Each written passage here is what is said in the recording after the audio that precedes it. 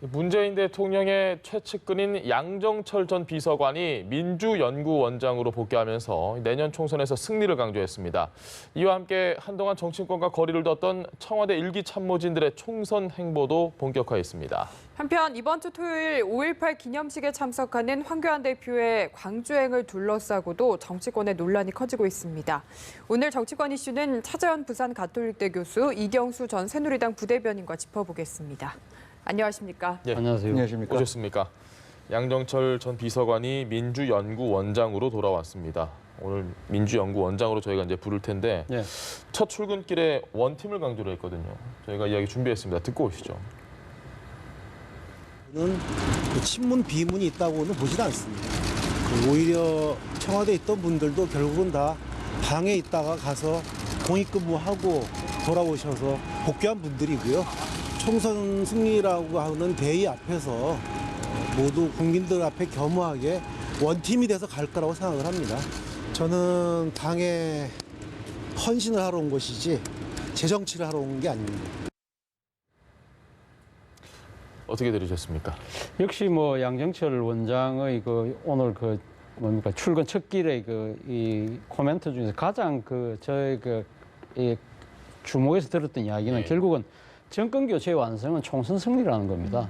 뭐 본인 입장에서는 어떻게 보면 지난번 사실 뭐 많은 사람들이 문재인 정부가 출범해서 정권 교체된 거 아니냐고 생각할 수 있지만 아마 지금 민주당을 비롯해서 아마 이 정권의 구성원들 입장에서는 역시 그러니까 지금 내년 총선 승리를 이겨야만 확실하게 문재인 정부가 완성될 수 있다는 생각을 갖고 있다는 것이죠. 아마 그러한 인식을 아마 제대로 이야기한 것인데 뭐 이거 어떻게 보면 히딩크가 이야기했던 아직도 배고프다는 그런 식의 이야기일 수도 있지만 그거보다는 오늘 양정철 원장 이런 표현을 썼습니다. 최근 상황이 상당히 깝깝하다는 이야기를 했는데 아무래도 지금 민주당이 원내 1당이긴 하지만 완전한 가반의석을 갖고 있지를 못하지 않습니까? 그러다 보니까 사실 뭐 선거제 같은 경우 패스트트랙 전국 이 과정에서 이 자유한국당이 강하게 반발하는 상황에서 지금 상당히 전국이 꽉 막혀버리는 이러한 상황에서 본다고 한다면 내년 총선에서 민주당과 뜻을 같이 하는 다른 정당들이 상당히 약진을 해야만 이러한 상황을 돌파할 수 있다는 나름대로의 절박감을 갖고 있는 것이 아닐까. 그렇다고 한다면 본인 스스로가 이번에 자기 정치가 아니라 헌신하러 왔다. 그렇다고 한다면 나뿐만 아니라 당에 몸담고 계신 분들도 다 헌신하는 마음으로 그렇기 때문에 친문 비문 따질 필요 없이 완팀으로 가야 된다는 이야기를 그래서 강조한 것이 아닐까 생각이 듭니다. 헌신을 말씀을 하셨거든요. 구체적으로 내년 총선에서 어떤 역할을 할지 이 부분이 좀 궁금해지는데요. 어떻게 보고 계십니까? 사실 이제 양정철 원장이 오늘 말한 것 중에서 두 가지 저는 키포인트가 있다고 봅니다. 하나 이제 원팀을 강조하셨거든요. 원팀이라는 거 왜 강조했을까 생각해보면 이런 거예요. 지난 20대 총선을 한번 반추해 보면은 우리가 이 반면교사란 말을 쓰는데 친이 친박의 갈등 속에서 진박 논쟁이 생겼습니다. 공천 과정 중에서. 그래서 유승민 파동이 일어났고 그 다음에 김무성 의원의 옥새 들고 나르샤 퍼지면서 국민들이 다 실망해서 결국은 그것이 한때는 안철수 대표가 국민의당을 창당할 때 자유한국당 쾌재를 불렀거든요. 야, 야권이 분열되는구나. 180석 가능하다. 심지어는 200석 가능하다 하다가 결국은 자만에 빠져가지고 그 난리를 치면서 결국 참패했거든요. 폭망을 했지 않습니까? 그거를 양철 원장 본 거예요. 그렇기 때문에 우리 민주당에는 개파가 없다. 친문 비문도 없고 우리 원팀이다 강조한 것은 총선 공천부터 시작해가지고 철저하게 일사불란하게 움직여야 된다는 것을 강조한 거고요. 그런 차원에서 민주연구원 할 수 있는 게 뭐냐면은 공천 과정에서 민주연구원이 사실은 이제 민주당의 싱크테크 역할을 하는 건데 중요한 기능이 예를 들어 자유한국당의 여의도연구원처럼 중요한 기능이 하나 있어요. 그게 뭐냐면은 여론조사 기능이에요. 그래서 공천 과정 중에서 예를 들어가지고 아까 이제 자료화면에서 이해찬 대표는 인위적으로 물갈이 안 하겠다라고 하고 시스템을 하겠다는데 그 시스템이 뭘까? 바로 물갈이의 가장 중요한 여론조사를 들이댈 수 있어요. 지역구 사정 이렇게 안 좋고 당신이 관리 못했지 않느냐 하면 자연스럽게 하거나 아니면은 또 경선이라 형식을 취하면서도 여론조사가 굉장히 중요하게 때문에 그것으로 해서 자연스레 공천 물갈이 가능할 수 있는 그런 역할이 민주연구원에 굉장히 커다란 역할로 주어질 겁니다. 그런 걸 좀 주의해서 볼 필요가 있지 않겠습니까? 본인은 월급을 안 받겠다고 합니다. 뭐 이것도 헌신의 일종일 수도 있는 것 같은데 대규모 물갈이를 본인도 어쨌든 안 하겠다. 네. 뭐 수혈할 때 몸에 있는 네. 피 다 빼내는 거 아니지 않느냐. 이건 어느 정도 비슷한 맥락으로 저희가 이해를 하면 되겠죠. 일단 뭐 양정철 원장이 왔기 때문에 소위 말해서 그러니까 친문 주류다. 그래서 그러니까 일종의 친문 그 독식의 공천을 네. 할 것이 아니냐는 그런 우려가 있는 거 아닙니까? 그런 부분들에 대한 우려를 알고 있기 때문에 인위적인 물갈이를 하지 않겠다는 뜻을 분명히 하는 것이고요. 아마 양정철 원장 입장에서는 그런 생각을 할 겁니다. 앞서 말씀하신 것처럼 2016년에 집권 여당이었던 당시 새누리당이 어떤 식으로 망했는 걸 누구보다 잘 알고 있기 때문에 예. 본인 입장에서는 그런 무리한 식의 그런 인위적 물갈이는 저는 하지 않을 거라고 봅니다. 그리고 지금 민주당이 최근에 그 공천 룰을 확정했잖아요. 예. 그러니까 지금 이 현역들 모두가 지금 다 경선을 시키겠다는 거고, 그리고 전략 공천을 하지 않겠다는 거거든요. 그렇기 때문에 그 대신 신인들한테 신인 최고 가산점 한 25%까지 주겠다. 그리고 앞서 뭐 잠깐 말씀하셨지만 현역들 같은 경우는 지금 하위 20%에 해당되는 사람, 여론조사 같은 걸 통해서 아마 여러 가지 객관적인 지표를 통해서 하위 20%에 되는 사람들한테는 지금 감산을 10% 하는 걸 20%까지 감산하겠다. 그런 식으로의 아마 물갈이를 아마 제도적으로 시스템적으로 한다는 것이지, 아마 이렇게 양정철 원장의 이 나름대로 소위 말해서 나름대로 전략가인데 그런 상당히 이 후폭풍과 당내 내분이 일어날 수 있는 그런 이 친문 독식의 그런 식의 그 이미지가 비치는 그런 식의 공천은 저는 하지 않을 거라고 봅니다. 나름대로는 공천 룰에 따라서 예를 들면 이 지역에는 상당히 좀 더 만약에 이 사람을 물갈이하고 싶다고 한다면 네. 그거보다 이길 수 있는 사람, 당내 경선에서 이길 수 있는 신인을 갖다 붙이는 식으로 아마 하지 않을까. 그렇게 한다면 그 부분에 대해서는 수긍해야겠네요. 수긍할 수밖에 없는 상황으로 저는 아마 분위기를 몰아가지 않을까 생각이 듭니다. 알겠습니다. 인위적인 물갈이는 없을 거라고 하셨는데 그래도 보면은 최근에 신임 원내대표도 김태년 의원이 아니라 이인영 원내대표를 선택을 했거든요. 이걸 보면은 비문 쪽에서는 확실히 긴장하고 있는 것 같은데요. 비문이 긴장을 한 것이 아니고 이번에 원내대표 경선 결과에 제가 이제 틀렸습니다. 네. 저는 이제 김태년 의원이 이제 대부분 될 거라고 예측을 해도 제가 틀렸어요. 그 틀린 이유가 뭘까 가만히 생각을 해보니까 지금 민주당 의원들이 친문 비문 떠나가지고 상당히 전국이 엄중하다는 인식을 갖고 있는 것 같아요. 네. 근데 예를 들어가지고 친문의 핵심이라고 할 수 있는 그 김태년 의원이 원내대표 될 경우에는 아마 청와대 강공 드라이브가 걸리면은 김태년 의원은 그걸 그대로 수용할 가능성이 높다. 이럴 경우에는 자칫 잘못하면은 국민들이 역풍이 불 가능성이 있다는 것을 아마 민주당이 생각했던 것 같아요. 예. 이인영 의원 같은 경우는 적어도 뭐 본인이 스스로 뭐 당청 관계를 갖다 수평적 가져가겠다라는 게 노골적으로 얘기를 안 했지만 어느 정도 청와대가 강공 드라이브를 걸어도 이인영 대표는 본인 스스로 좀 카바가 돼서 정치력이 복원됨으로 해가지고 여권이 주도권을 잡는 그런 형식의 전략을 가져갈 가능성이 높기 때문에 아마 민주당 의원들이 김태년보다는 이인영 의원을 선택한 것 같습니다. 알겠습니다. 저희가 오늘 여권 얘기를 좀 많이 하고 있는데요. 청와대 일기 참모진, 네. 임종석 전 비서실장 비롯해서 네. 나란히 광주로 갔습니다. 네. 지금 주말엔 봉하마을도 찾을 예정이라고 네. 하고 이런 공개적으로 오픈을 다 했습니다. 네. 이 행보에 대해서는 어떻게 좀 저희가 해석하실까요? 일단 뭐 5.18 지금 기념식이 지금 이번 토요일로 예정돼 있지 않습니까? 그렇기 때문에 아마 거기는 아마 정부 공식 국가 기념일이기 때문에 정부가 공식적으로 주최하는 행사이기 때문에 아마 이분들이 아마 가서 차지할 수 있는 공간이 별로 없을 것이다. 그렇다고 한다면 미리 아마 지금 방문할 필요가 있었다는 것이고 네. 그리고 또 노무현 대통령 또 지금 10주기도 지금 곧 다가오지 않습니까? 그렇기 때문에 아마 그날 또 많은 사람들이 올 것이고 하기 때문에 아마 본인들 입장에서 미리 가서 좀 이렇게 참배의 예의를 갖추려고 했던 것 같아요. 그럼에도 불구하고 많은 사람이 주목하는 부분은 왜 그러면 일기 참모들끼리만 가느냐 하는 그 부분. 아마 그 부분에 대해서는 아마 상당히 이 문재인 정부 출범하는 과정에서 그러니까 청와대 들어가서 초기에 정부를 세팅하고 출범하는 데 있어서 상당히 서로 아직 뭡니까 나름대로 같이 고생하면서 아마 뭐 미운 점 고운 점이 들었겠죠. 예. 그렇기 때문에 가능성적으로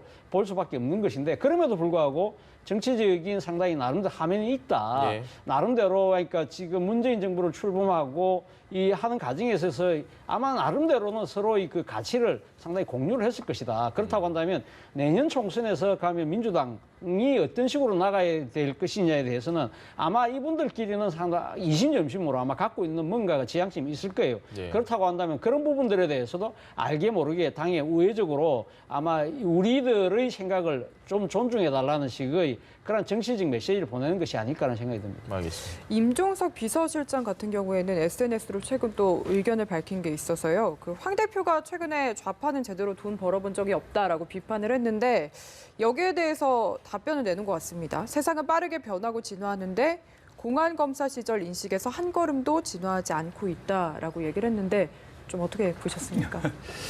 사실 이제 황교안 대표가 그 얘기한 거는 이제 전통적으로 이제 보수 우파들이 갖고 있는 인식이에요. 그게 뭐냐면은 1970년대 경제 개발 한창 진행될 때 박정희 대통령 시절에 경부고속도로를 놓게 되는데 그때 야당의 양김 씨 특히 이제 김대중 그 당시 의원 같은 경우는 아주 극렬하게 반대했어요.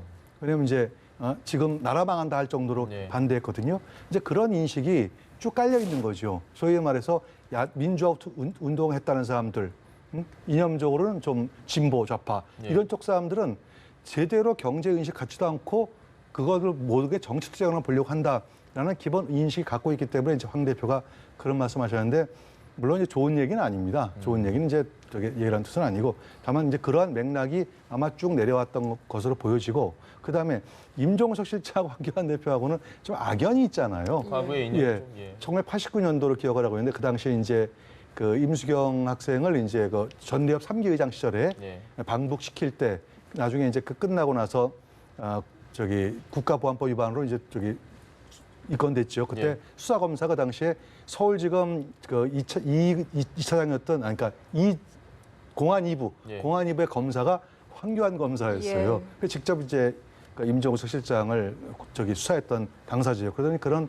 그러니까 어떤 뭐 악연도 있는 차에서 두 사람이 또 미묘하게 최근에 또 뭐 가십입니다만 뭐 종로에서 한판 붙는다 뭐라는 뭐 그런 얘기도 있고 하니까 이제 그래서 이런 얘기가 나온 걸로 좀 이해를 하고 있는데 중요한 거는 정치인들이 어떤 표현을 할 때 이게 이제 극단적인 표현이라든지 과거에 썼던 표현들을 현대까지 그대로 끌고 오는 거는 제가 볼 땐 조금 이렇게 올바른 것 같지는 않다는 그런 생각이 듭니다. 알겠습니다.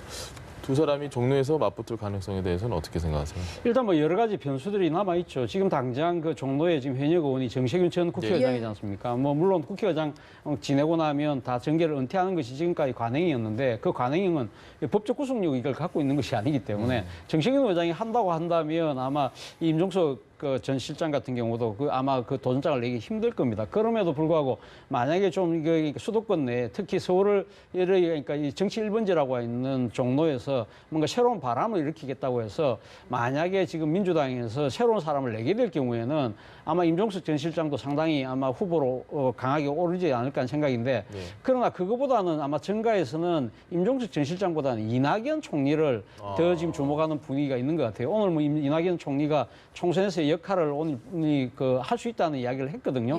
그렇다고 한다면 이낙연 총리가 원래는 전라도잖아요.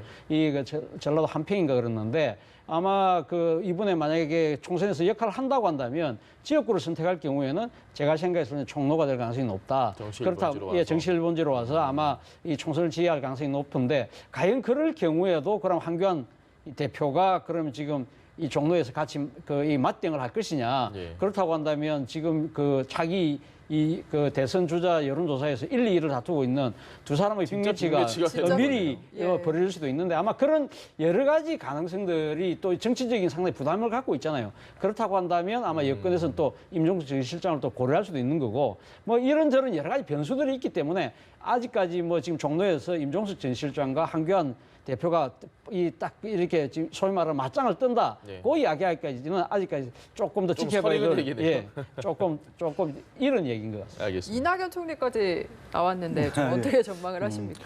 저는 이제 이런 생각을 이제 해보는데 예를 들어 이제 황교안 대표 같은 경우는 이제 고향은 어디냐면 용산이거든요. 정확하게 되면 만리동곡에 넘어와가지고 서울역에서 넘어와서 용산 쪽에 붙어 있는 곳이 거기가 고향이에요. 거기서 태어나셨어요. 그런데 재미있는 거는 대학을 성균관대학교를 나왔거든요. 종로에 있는 유일한 대학교가 성균관대학교입니다. 현재. 그러다 보니까 이제 아무래도 성균관대학교라는 그런 또 연고도 있고 하니까 또 정치를 번지고 하니까 거기에 황교안 대표가 나아가라고 하는 것은 주위에서도 상당수 많은 권유도 있고 그다음에 거기에서 해야만 뭐 대권에 간다라는 이제 그런 뭐 대표성이 확실한 거죠. 어떤 뭐 정치권의 뭐 야설도 있고 하니까 그런 가능성이 높다고 보여지는데 다만 거기에 대응해 가지고 이낙연 총리가 오실 수도 있고 뭐 임종석 실장이 뭐 오실 수도 있겠죠. 그런데 과연 상처가 너무 크지 않겠습니까? 그리고 중요한 거는 정세균 의장께서 자기는 국회 정치했지만 결코 지역구를 포기하지 않겠다라고 하는 것도 굉장히 커다란 이슈예요. 변수네요. 예. 그래서 그때 정세균 의장을 어떻게 설득을 하고 거기를 종로로 입성할지 그것도 굉장히 커다란 문제가 될 겁니다. 알겠습니다. 황교안 대표가 지금 5.18 기념식에 맞춰서 광주를 찾는다고 하는데 자유한국당 내에서는 아직 해결해야 될 일이 좀 많습니다. 5.18 망언 문제도 있고요. 그렇죠. 이 부분은 바로 그 어떻게 때문에 지금 그 황교안 대표의 강주, 그러니까 5.18 기념식 그러니까 지금 참석이 예. 진정성이 있는 행보냐, 뭐 그런 논란이 있을 수밖에 없는 상황인 것이죠. 뭐 아시다시피 그 며칠 전에 또 강주에 민생 투어 과정으로 그때도 갔다가 한번, 뭐 예. 물세례 봉변을 예. 당하지 예. 않았습니까? 그때 강주 분들이 상당히 그 나름대로 분노했던 이유는 진짜 이 5.18 망언과 관련된 그 지금 당 소속 의원들의 그러한 부분에 대한 징계 조치가 지금 거의 사실 유야무야되고 있는 상황 네. 아니겠습니까? 그리고 또 무엇보다도 어제 뭐 또 강주 5.18과 관련된 새로운 정언이 나왔는데 예. 이와 관련해서는 사실 빨리 조금 이 그 진상조사가 빨리 지금 이루어져야 될 부분이 있는 것이죠. 국회에서도 이와 관련된 특별법이 벌써 통과되어 있는 건데 문제는 이 진상조사위를 구성하는 데 있어서 일종의 한국당의 목리 때문에 지금 그것이 그 위원회가 출범이 지금 늦어지고 있지 않습니까? 예. 이러한 상황에서 야당 대표가 지금 5.18 추념하러 온다고 하는데 강주 분들도 유족들의 입장에서 보면 일종의 염장을 지르는 행보로 비칠 수 있다는 것이죠. 그렇기 때문에 진짜 진정성이 있는 것이냐. 그래서 일각에서 예를 들면 지금 유시민 이 노무현 재단 이사장 같은 예. 경우는 결국 얻어맞기 위한 얻어맞으려고 일부러 하는 가는 거 거 아니냐. 뭐 그런 식의 정치적인 억측을 지금 그러니까 할 수밖에 없는 그러한 처지에 있는 것 같습니다. 그렇기 때문에 모르겠습니다. 지금 황교안 대표가 지금 이번 토요일 날 내려가시기 전에 네. 지금 당과 관련된 5.18 문제는 깨끗이 풀고 가야만 그 진정성을 조금 나름이나마 인정받지 않을까 하는 생각이 듭니다. 알겠습니다. 말씀하신 대로 광주 오려면 일단 망원 의원 징계부터 해결을 하라는 이야기가 계속 나오고 있는데 이에 대해서 한국당의 나경원 원내대표가 좀 답변을 내놓았습니다. 한번 듣고 오시죠. 상당히 어려워서 지금 의원총회가 좀 어려운 부분이 있습니다. 저희가 이 부분에 대해서는 조금 빨리 처리를 하려고 했으나 상황이 지금 쉽지 않은 부분이 있어서 이번 주에 지금 상황으로는 쉽지 않지 않을까 이렇게 생각을 합니다. 이종명 의원 징계에 관련된 내용이었습니다. 의총 열어서 결정을 내려야 되는데 지금 얘기는 의총 열기 좀 힘들다. 근데 저희가 최근까지만 해도 한국당에서 의총 여는 거 많이 봤거든요. 그렇죠. 저 이야기에 대해서는 어떻게 생각하십니까? 근데 이제 의총이라는 게 그렇습니다. 예를 들어 가지고 지금 의총을 그동안 열었던 거를 이제 패스트 트랙 관련해 가지고 어떻게 대응할 것인가를 하는데 하나를 뭉쳐 가지고 전투를 하기 위해서 저기 의총을 여는 장소에서 우리 자당 의원을 제명하자는 안건을 내놓을 수가 과연 있을까요? 아마 가능성은 떨어지죠. 그 자체 그렇게 하는 순간 아마 이 투쟁 동력은 떨어져 가지고 의총 자체가 안 될 겁니다. 예. 네, 그런 차원에서 저는 이해한다고 보여지고 다만 이제 황교안 대표가 이제 광주 가는 부분에 대해서는 5.18 진상특별조사위원회를 구성을 할 때 자유한국당에서 3명의 위원을 추천한 바가 있어요. 근데 예. 청와대에서 그걸 거절했거든요. 그래서 그게 지금 잘 안 되고 있는 겁니다. 그러니까 뭐 자유한국당에서 어떤 분을 추천했는지 제가 잘 모르지만 어쨌든 간에 그 당에서 추천했으면은 이유가 있어 추천했을 텐데 청와대에서 그 3분의 위원을 갖다가 안 받겠다라고 하는 거는 제가 볼 때는 그러면 어디에 문제가 있는지 한번 생각해 볼 필요가 있는 것 같고 두 번째 유시민 의원 같은 경우에 지금 뭐 얻어맞으러 온다 그러는데 그건 정말 제가 봐도 광주 시민들을 모독하는 발언이다. 예를 들어 물론 그 5.18 관련해 가지고 자유한국당의 국회의원들이 막말한 건 맞습니다. 그렇다 하더라도 당의 대표가 5.18 민주화운동 기념식에 참석하면은 어쨌든 간에 5.18 광주 정신이 무엇일까요? 용서하고 치유하고 화해하자는 거예요. 예. 그렇기 때문에 제가 광주 갔을 때 그런 얘기를 많이 하고 들었는데 내용이 뭐냐면은 용서는 하되 잊지는 말자. 이게 바로 5.18 정신이거든요. 그런데 거기다 대고 산무에다가 하나 더 등가에 돌려라 해가지고 사무까지 이렇게 얘기하는 거는 제가 볼 때 유시민 그 노무현재단 이사장께서 산무 얘기 좀 해주셔야 될 것 같아요. 산무 얘기는 뭐냐면은 이제 황교안 대표가 오면은 눈도 마주치지 말고 예. 말도 섞지 말고 그 다음에 심지어는 악수하지 마라. 예. 근데 그것도 다 저거 하면은 아예 등을 돌려라 옆에 오면은 이거는 제가 볼 때 노무현 대통령의 유지인 지역감정, 지역주의 치유라는 대전제를 갖다가 정면으로 부인하기 때문에 노무현재단 이사장에 근무하는 유시민 이사장의 네. 말로는 저는 이 잘못된 거 아니냐라는 그런 걸 느꼈고 제가 볼 때는 광주 시민들께서요 물론 자유한국당 쪽에서 가는 거에 불만이 많을 거예요 여러 가지 하지만 그래도 광주민주운동 기념식에 찾아오는 당 대표를 배척하거나 그러진 않을 겁니다. 광주 시민의 의식은 절대로 그러지 않을 거라고 보여집니다.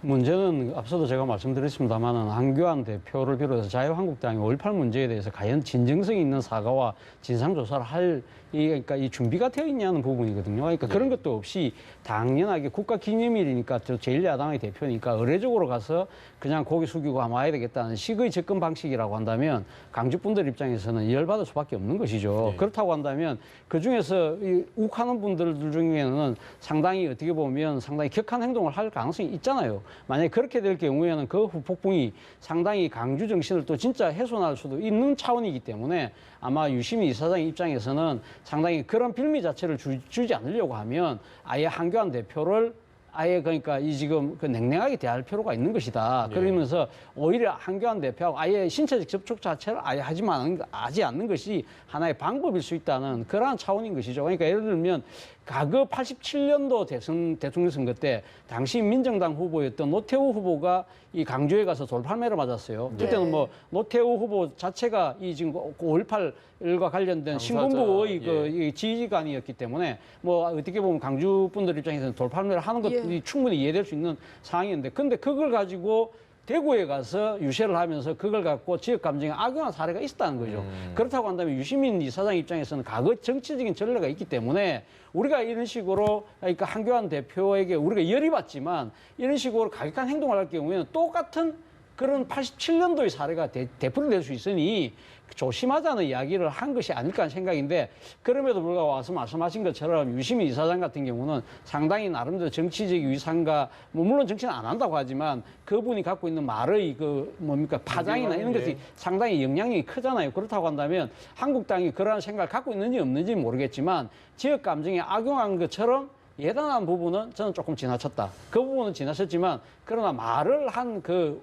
이유는 나름대로 일리는 있다는 생각도 듭니다. 황교안 대표가 그냥 가기 전에 뭐 오늘이든 내일이든 모레든 입장을 좀 분명히 밝히는 게 어떨까요? 5.18 망언한 자당 의원들에 대한 입장이라든지 아니면은 뭐 저번에 내가 방문을 했을 때 뭐 이야기라든지 뭔가 분명한 얘기를 하고 가면은 좀 괜찮지 않을까요? 근데 아마 황교안 대표 입장에서 명쾌하게 어떤 말을 하기가 어려울 거예요. 왜냐하면 지금은 이제 대여 투쟁 기간이거든요.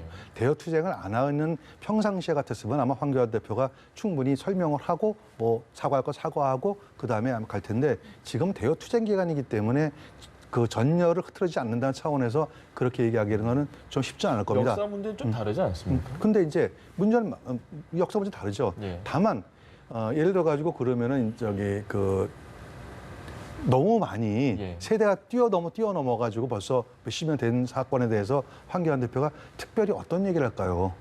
아마 그 부분에서는 아마 황교안 대표가 어떤 식으로 얘기하는 건 쉽지 않을 겁니다. 다만 이제 이렇게 얘기할 수는 있겠죠. 예를 들어 가지고 전주 같은 데 가서 그 다 대담을 할 때 시민들을 다 전부 이렇게 안아주는 것을 저기 자료 제가 본 적이 있거든요. 유튜브 방송을 보니까 아마 그런 식으로. 근데 그분이 어떤 분이냐면은 전주에서 대담을 할 때 막 저기 항의했던 분이에요. 근데 끝나고 나서 가서 이렇게 안아주시더라고요. 또 그분도 통쾌히 또 안기고 하는 걸 보면은 제가 볼 때 지금은 아마 격한 감정상에서 어떤 얘기를 해도 그것이 과연 또 진정성 있느냐 없느냐 들고 나오면 문제가 있기 때문에 차분차분하게 접근하지 않을까. 전 그렇게는 이번에 보여질 일단 겁니다. 그냥 네, 민주 네. 방문하고. 예. 5.18 진상조사 특별위원회가 지금까지 발족하지 못하는 이유에 대해서는 조금 전에 이야기하시기를 한국당에서 추천을 했는데 그걸 청와대가 거부했다는 점을 지적을 하셨거든요. 한국당 이 부분은- 입장에서는 예. 당시 그때 진상조사위원회에 그러니까 일종의 뭡니까 이 학계 나름대로 그 연구를 한 그 실적이 있다든지 그런 여러 가지 그 자격 요건이 있는데 그 자격 요건이 맞다고 해서 추천한 사람이었는데 이 청와대 입장에서 봤을 때는 그 자격 요건에 미달한다. 예. 그 판단을 하는 것이죠. 그 때문에 그것이 그분들을 받아들이기 힘들다는 이야기를 했었죠. 그렇기 때문에 그 부분에 대해서는 자유한국당 입장에서 정당이 추천하는 그러니까 부분을 왜 그러니까 청와대가 자의적으로 판단하냐고 지금 이렇게 주장을 하는 부분이기 때문에 그래서 그 부분 원래 추천했던 분들의 카드를 아직까지 완전히 철회하지 않고 예. 있는 상황인 겁니다. 그런데 청와대와 그러니까 당시 자유한국당 사이의 그런 그 공방이 오갔습니다만은 그리고 당시 또 이 자유한국당이 추천했던 분들의 여러 가지 이력들이 이 진상조사의 그 방점을 두기보다는 진상조사에 조금 그 강주 진상에 대해서 상당히 조금 배관시하는 분들의 이력을 네. 가지신 분들이라고 해서 편협한 가지셨다고. 예, 그렇죠. 예. 뭐 그런 분들이 추천된 측면에 있어서 상당히 그러니까 당시 여권 입장에서는 그러니까 자유한국당이 추천한 분들에 대해서 상당히 좀 고기를 갸웃거릴 수밖에 없는 진상조사를 하려고 하는 거냐 아니면 방해를 하려고 하는 거냐 그런 논란도 있었던 거겠습니다. 황교안 대표는 문재인 대통령에게 일단 1대1로 만나자라고 제안했고 청와대에서는 일단 다섯 당 다 만나고 나서 그건 좀 생각해 보자. 크게 입장차가 다른 것 같아 보이기도 하고 좀 비슷한 것 같기도 하고 어떻게 보십니까? 그 부분 이렇게 저는 이렇게 보고 있어요. 첫째, 오자회담을 주장하셨지 않습니까? 예. 제안하셨지 않습니까? 청와대에서 오자회담이 이제 5개 정당인데 기준이 뭐냐? 차라리 원내 교섭단체가 구성되어 있는 민주당, 자유한국당, 바른미래당 3당 대표만 따로 초대를 했으면 황교안 대표가 거절할 명분이 없었을 거예요. 그런데 5당 회담을 하자고 하니까 황당했죠. 만약에 그렇게 따지면은 대한애국당 비록 한석밖에 없죠. 거기도 불러야 되잖아요. 원외 정당이니까. 예. 근데 무슨 기준으로 다수 당만 한 거죠? 거기에 대해서 아마 좀 당한 게 있고, 그 다음에 두 번째는 미국의 우리가 흔히 이제 대통령의 리더십 중에서 가장 그 하나의 FM을 꼽히는 게 이제 오바마 리더십이거든요. 오바마 대통령은 민주당 소속이었지만 예산이라든지 그런 것이 걸렸을 때는 중요한 안 걸렸을 때는 공화당 국회의원들한테 일일이 다 전화를 다 하셨어요. 다 전화해가지고 입장 설명하고 듣기도 하고. 근데 사실은 자유한국당이 그래도 114석이나 가진 거대 정당인데 청와대에서 누가 한 번도 뭐 나경원 원내대표를 불렀다든지 아니면 예결위원장을 불렀다든지 이런 조치가 없고 또 전화 한 통화도 없고 그런 상황이니까 협치를 하는 데서 누가 먼저 협치에 손을 내밀어야 될까 하면 당연히 제가 볼 때는 정부 야당이 먼저 협치에 손을 내밀어야 되는데 그런 것이 없는 상태에서 예를 들어가지고 덜커덕 오자회담 하니까 오자회담에 도대체 오자가 왜 오자가 돼야 되는 거지? 삼자는 모르겠다. 그러니까 그렇다고 해서 가서 야당끼리 너희는 교섭단체 안 됐으니까 오지 마라 라고 할 수는 없으니까 그냥 단독 면담 이렇게 아마 전략을 바꾼 게 아닌가 그렇게 해석하고 있습니다.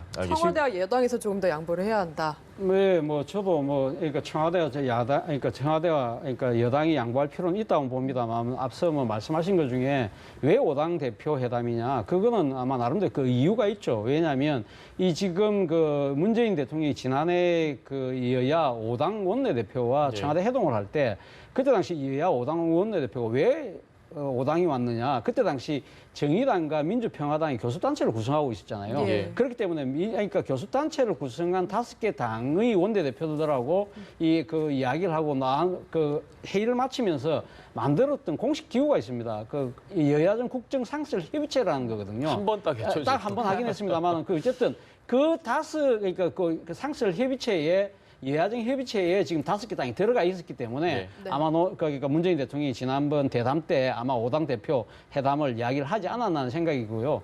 그렇기 때문에 뭐 대한애국당 또 민중당까지 다 들어가야 된다는 식의 이야기 자체는 그러니까 처음 출발할 때를 생각한다면 충분히 저는 막 그 정당이 빠진 이유가 설명이 될 거라고 보는 것이고 그리고 아마 한교안 대표 입장에서는 아마 지금 현재 패스트트랙 전국에서 사실은 일려 다야가 아니라 예. 이 자유한국당만 빠지는 바람에서 어떻게 보면 일야 다여 구도가 돼버렸잖아요. 느낌상, 그러니까 지금 예. 자유한국당만 지금 다른 정당에 포위되어 있는 형국인데 이런 상황에서 그러니까 지금 5당 그 대표회담을 청와대에서 한다면 상당히 수세에 몰릴 수밖에 없다고 생각할 수밖에 없는 것이죠. 그리고 또 하나는 지금 114석을 가지고 있는 제1야당의 대표라는 겁니다. 그런 측면에서 본다고 한다면 그럼 1대1로 만날 수도 있는 것이 아니냐는 것인데 저는 뭐 그런 부분들에 대해서 청와대가 여러 가지 뭐 지금 이야기를 하고 있습니다만 그럼에도 불구하고 이 국정을 풀어야 되는 최종 책임은 결국 정부 여당이 지고 있다고 한다면 저는 뭐 이것이 그러니까 이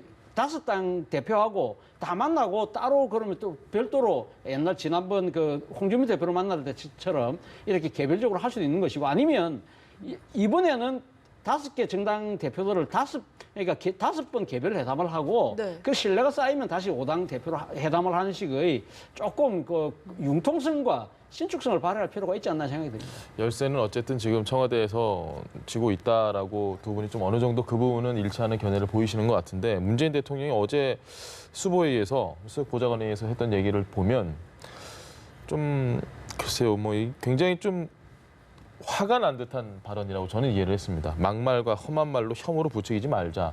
원론적인 얘기긴 하지만 강한 발언입니다. 문재인 대통령의 어법상 좀 어떻게 해석하십니까? 사실 뭐 대통령의 말씀에 저는 적극적으로 찬성하는 입장이에요. 예. 대한민국 정치에서 가장 커다란 문제가 정치는 말로 하는 직업 아닙니까? 예. 근데 말에서 모든 설화가 다 터져가지고 결국 여야가 경색되기도 하고 감정 싸움 가기도 하고 해서 오히려 정치의 질이 떨어지고 저희 말은 정치가 품격이 아니라 오히려 저질 정치라는 말을 국민들한테 들을 정도로 하는 것은 다 말에서 시작된 거라고 보여지기 때문에 대통령께서 하신 말씀은 정말 적절한 발언이었다고 생각을 합니다. 다만 예를 들어가지고 이 문제는 듣기에 따라서 자유한국당 뭐 나경원 대표라든지 그런 분들 하는 걸로 이렇게 해석이 되는데 네. 저는 민주당도 잘 새겨들어야 될 거예요. 대통령 말씀을. 예를 들어가지고 이해찬 대표가 뭐 보수의 씨를 말린다든지 예. 자유한국당 대표 패스트트랙 투쟁 가운데에서 도둑놈이라든지 뭐 이런 것 얘기하는 것도 상당히 국민들의 입장에서 볼 때는 듣기 좋은 얘기는 아니거든요. 특히 대통령께서 낡은 이념의 어떤 잣대로 가는 것을 반대했다. 짜고, 예. 이건 세계적 추세예요. 이념을 구분해가지고 하는 것은 세계적 추세이기 때문에 오신 말씀인데 오히려 이해찬 대표가 먼저 보수의 씨앗을 다 말려버리겠다든지 그럼 이건 어떻게 해석해야 되는 거냐?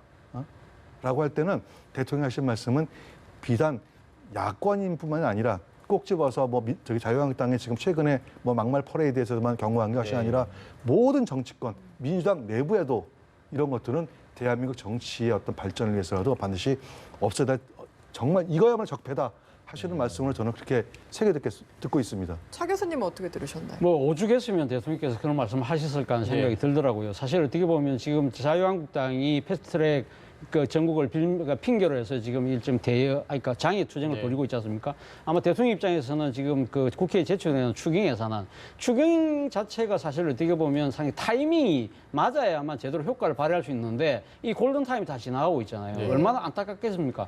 그리고 또 무엇보다도 지금 자유한국당이 장애 투쟁을 하면서 당 지도부가 연일하는 이야기 자체가 상당히 발음이 점점 거칠어지고 있고 제가 이 자리에서도 여러 번 이야기했다시피 진짜 근거 없는 색깔론에 치우친 공격들을 많이 한다는 것이죠. 그러니까 일종의 자유한국당이 수권 대안정당으로서 책임 있는 자세보다는 상당히 혐오와 배제의 정치를 그리고 대립과 갈등을 부추기는 그런 모습에 대해서 아마 문재인 대통령이 상당히 아마 좀 작심하고 발언을 하시지 않았나 생각이 드는데 문제는 제가 생각했을 때 문재인 대통령께서 어제 이런 말씀을 하셨어요. 그렇다고 한다면 그러면 본인은 이러한 상황에서 무한한 책임을 느낀다. 그러면서 국민의 삶에 더 가까이 가겠다고 했는데 저는 이럴수록 문재인 대통령이 국민의 삶에도 더 가까이 가야 되지만 야당에게도 저는 더 가까이 갈 필요가 있다. 사실 문재인 대통령이 취임해서 2017년 5월 10일 날 취임했을 때 제일 첫 번째 공식 행사가 뭔 줄 아십니까?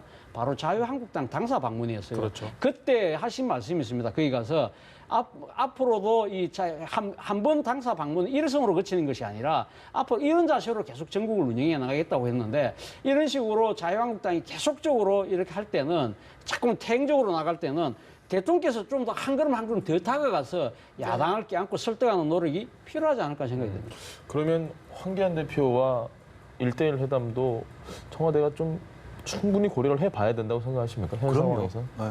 아마 물론 이제 이게 여야 영수회담이라는 게 사실은 1970년대 낡은 관행이에요. 네. 그때는 대통령이 곧 그 당의 여당의 대표였거든요. 총재였기 때문에 이 영수회담이라는 말이 생겼기 때문에 저는 영수회담이라는 표현은 지금 민주화 시대에 안 맞는다라 하지만 적어도 대통령께서 야당의 대표하고 개별적으로 면담하는 것은 꼭 자유한국당뿐만 아니라 예를 들어서 바른미래당 손학규 대표도 부르시고 그다음에 또 개별적으로 다 불러가지고 그때 진지한 얘기가 나오는 거거든요. 왜냐하면 여러분이 모여있는 자리에서는 사실은 하고 싶은 말을 할 수가 없어요. 속 깊은 이야기. 그렇죠. 예. 오히려 단둘이 만났을 때 이런 얘기 저런 얘기 다 해서 서로가 이 입장을 이해하는 데는 단독 회담만큼 좋은 게 없습니다. 그러니까 그렇기 때문에 제가 볼 때는 청와대에서 전향적 검토할 것이라 보여집니다. 알겠습니다. 어쨌든 사실 이렇게까지 대치 정국이 심화된 데는 패스트트랙 네. 이게 놓여 있는데 또 다른 바람을 타는 것 같습니다. 지금 네. 민주평화당의 신임 유성엽 원내대표가 의석수 늘려야 된다라는 새로운 화두를 어떻게 보면 새로운 화두를 또 던졌거든요. 유승엽 의원은 지난번 당론을 모는 과정에서도 제가 반대했던 걸로 알고 있습니다. 네. 그렇기 때문에 아마 이게 자기가 원내대표가 되면서 아마 자신의 소신을 아마 좀 필요하는 측면이 분명히 있는 것이고 그리고 지금 이 지역구 의석이 한 28석이 줄어들 수밖에 없지 않습니까?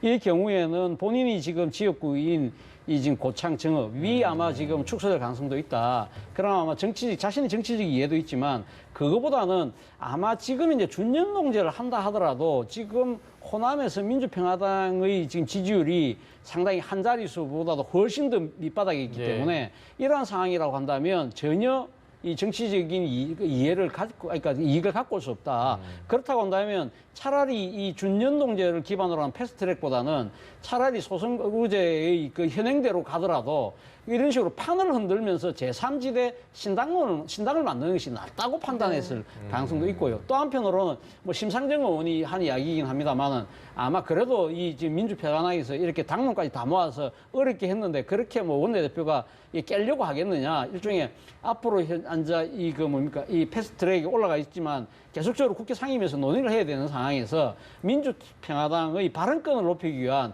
협상 전략이 아니냐는 그런 또 해석도 내놓더라고요. 그래서 제가 지금 한 게 한 3개 정도 되는데 과연 어떤 것이 본심인지는 조금 더 지켜볼 필요가 있는 것 같습니다. 선거제 개혁이 정말 힘들다고 생각되는 게 자유한국당은 장외로 나갔죠. 지금 민주평화당도 얘기가 다르고 바른미래당도 물론 이거는 사개특위 내용이라서 공세처 내용이긴 하지만 신임 원내대표라면 또 다른 변수가 생기고 좀 만만치 않을 것 같습니다. 확실히 앞으로의 일정들이. 이제 오늘 아마 시간 몇 시가 될지 모르겠지만 바른미래당의 원내대표 새로 경선하지 않습니까? 내일이죠. 내일이구나.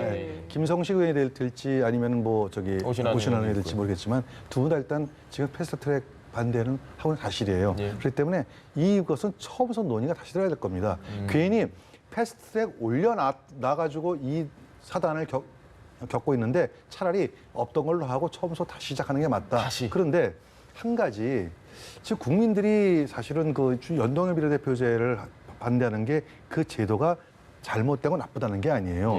그걸 하게 되면 당연히 의석수가 늘어나는 걸 반대하는 겁니다. 국민들은. 근데 벌써부터 연동형제 하면서 의석수 늘려야 된다. 300 몇십 석까지 구체적으로 숫자도 막 나오고 그러는데 이거 과연 국민들이 좋아하지 않을 것 같아요. 그렇기 때문에 처음서부터 이건 다시 논의하는 게 맞다.